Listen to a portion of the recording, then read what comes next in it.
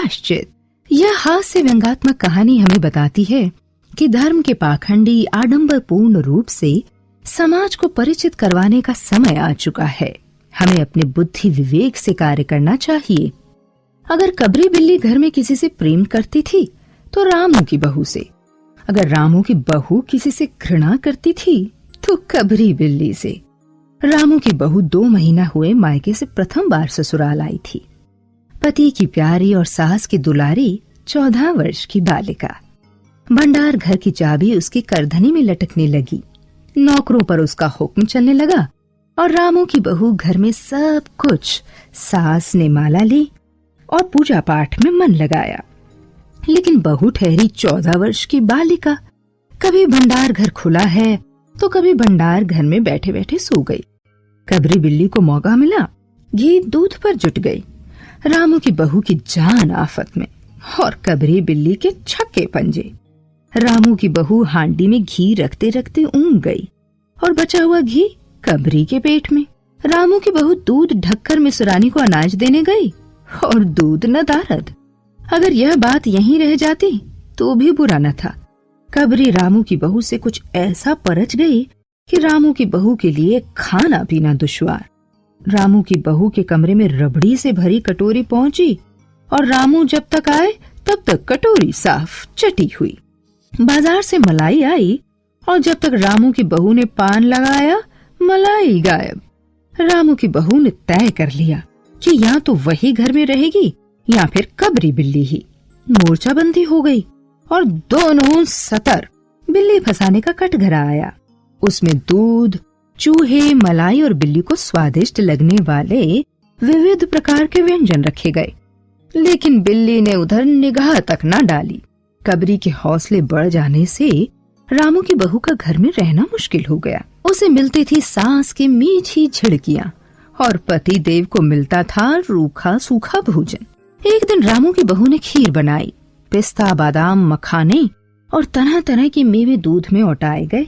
सोने का वर्क चिपकाया गया और खीर से भरकर कटोरा कमरे में एक ऊंचे ताक पर रखा गया जहां बिल्ली न पहुंच सके। रामू की बहू इसके बाद पान लगाने में लग गई। उधर कमरे में बिल्ली आई। ताक के नीचे खड़े होकर उसने ऊपर कटोरे की ओर देखा। सूंघा, माल अच्छा है। ताक की ऊंचाई अंदाजा और देखा कि रामू की बहू पान लगा रही है। पान लगाकर रामू की बहू सास को देने चली गई और कबरी ने छलांग मारी। पंजा कटोरे में लगा।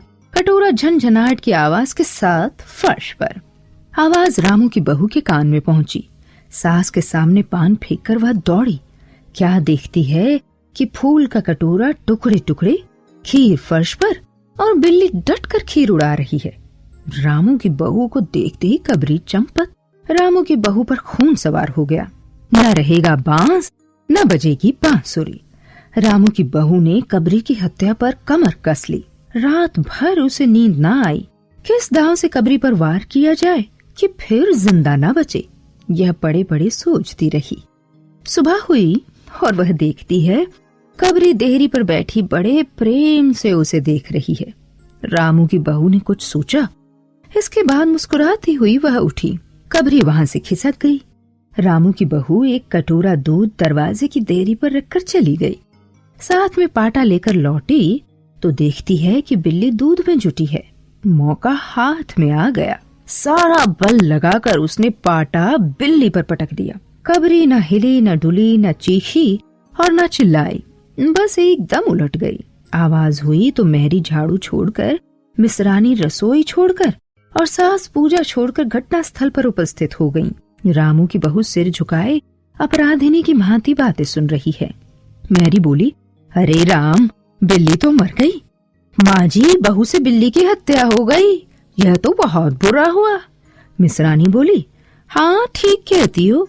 अब जब तक बहू के सिर से हत्या न उतर जाए तब तक न कोई पानी पी सकता है न खा सकता है। बहू, यह क्या कर डाला? मेहरी ने कहा। कहो तो पंडित जी को बुला लाऊं। सास की जान में जान आई। अरे हाँ, जल्दी पंडित जी को बुला ला।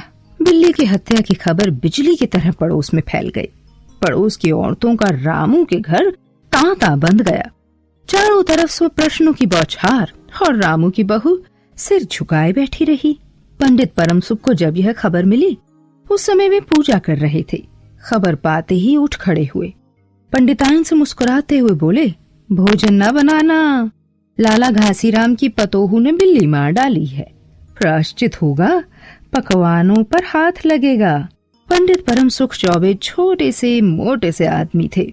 लंबाई 4 फुट 10 इंच और तोंद का घेरा लगभग 58 इंच। चेहरा गोल मटोल, रंग गोरा, चोटी कमर तक पहुंची हुई। कहा जाता है कि जब पंसेरी खुराक वाले पंडितों को ढूंढा जाता था तो पंडित परम सुख जी को लिस्ट में प्रथम स्थान दिया जाता था। पंडित परम सुख पहुंचे और कोरम पूरा हुआ। पंचायत बैठी। सास जी मिसरानी, किस्नू की माँ, छिन्नू की दादी और पंडित परम सुख। किस्नू की माँ ने कहा, पंडित जी, बिल्ली की हत्या करने से कौन सा नरक मिलता है? पंडित परम सुख ने पन्ना देखते हुए कहा, बिल्ली की हत्या अकेले से तो नरक का नाम नहीं बताया जा सकता। वह मुहूर्त भी मालूम हो जब हत्या हुई, तब नरक का पता लग सकता है। यही कोई 7 बजे सुबह, मिसरानी ने कहा। पंडित ने पन्ने उल्टे, अक्षरों पर उंगलियां चलाई, मत्थे पर हाथ लगाया और गंभीर स्वर में बोले, हरे कृष्ण, बड़ा बुरा हुआ। प्रातःकाल ब्रह्म मुहूर्त में बिल्ली की हत्या, घोर कुंभीपाक नरक का विधान है। रामू की माँ, बड़ा बुरा हुआ। रामू की माँ की आंखों में आंसू आ गए। तो फिर पंडित जी, अब क्या होगा, आप ही बतलाएं। पंडित परम सुख मुस्कुराए। रामू की माँ, चिंता की कौन सी बात है? हाँ, हम पुरोहित फिर कौन दिन के लिए हैं? शास्त्रों में प्रायश्चित का विधान है, सो प्रायश्चित से सब कुछ ठीक हो जाएगा। रामू की माँ ने कहा, पंडित जी, इसलिए तो आपको बुलाया था। अब आगे बतलाओ कि क्या किया जाए। क्या किया जाए? यही, एक सोने की बिल्ली बनाकर बहू से दान करवा दी जाए। जब तक बिल्ली ना दे दी जाएगी, घर अपवित्र रहेगा। इसके बाद 21 दिन पाठ हो जाए। रामू की माँ ने कहा, तो पंडित जी, कितने तोले की बिल्ली बनाई जाए? पंडित परम सुख मुस्कुराए। अपने तोंद पर हाथ फेरते हुए बोले, रामू की माँ, शास्त्रों में लिखा है कि बिल्ली के वजन भर सोने की बिल्ली बनवाई जाए, लेकिन अब कलयुग आ गया है, धर्म कर्म नाश हो गया है, श्रद्धा नहीं रही। सो रामू की माँ, कम से कम 21 तोले की बिल्ली बनवा के दान कर दो, और आगे तो अपनी अपनी श्रद्धा। रामू की माँ ने आंखें फाड़कर पंडित परम सुख को देखा। अरे बाप रे, 21 तोले सोना! पंडित जी, यह तो बहुत है। तोले भर की बिल्ली से काम न चलेगा। पंडित परम सुख हंस पड़े। रामू की माँ, 1 तोला सोने की बिल्ली? अरे रुपए का लोभ बहू से बढ़ गया। हाँ, बहू के सिर पर बड़ा पाप है, इसमें इतना लोभ ठीक नहीं। मोल तोल शुरू हुआ। मामला 11 तोले की बिल्ली पर ठीक हो गया। इसके बाद पूजा पाठ की बात आई। पंडित ने कहा, इसमें क्या मुश्किल बात है, हम लोग किस दिन के लिए हैं, मैं पाठ कर दिया करूंगा। पूजा की सामग्री आप हमारे घर भिजवा देना। पूजा का सामान कितना लगेगा? अरे कम से कम सामान में हम पूजा कर देंगे। दान देने के लिए करीब 10 मन गेहूं, 1 मन चावल, 1 मन दाल, मन भर तिल, 5 मन जौ और 5 मन चना, पसेरी घी और मन भर नमक भी लगेगा। बस इतने से काम चल जाएगा। अरे बाप रे, इतना सामान! पंडित जी, इसमें तो 150 रुपया खर्च हो जाएगा। रामू की माँ ने रुआंसी होकर कहा, फिर इतने से कम में तो काम न चलेगा। बिल्ली की हत्या कितना बड़ा पाप है रामू की माँ। खर्च को देखते वक्त पहले बहू के पाप को देख लो।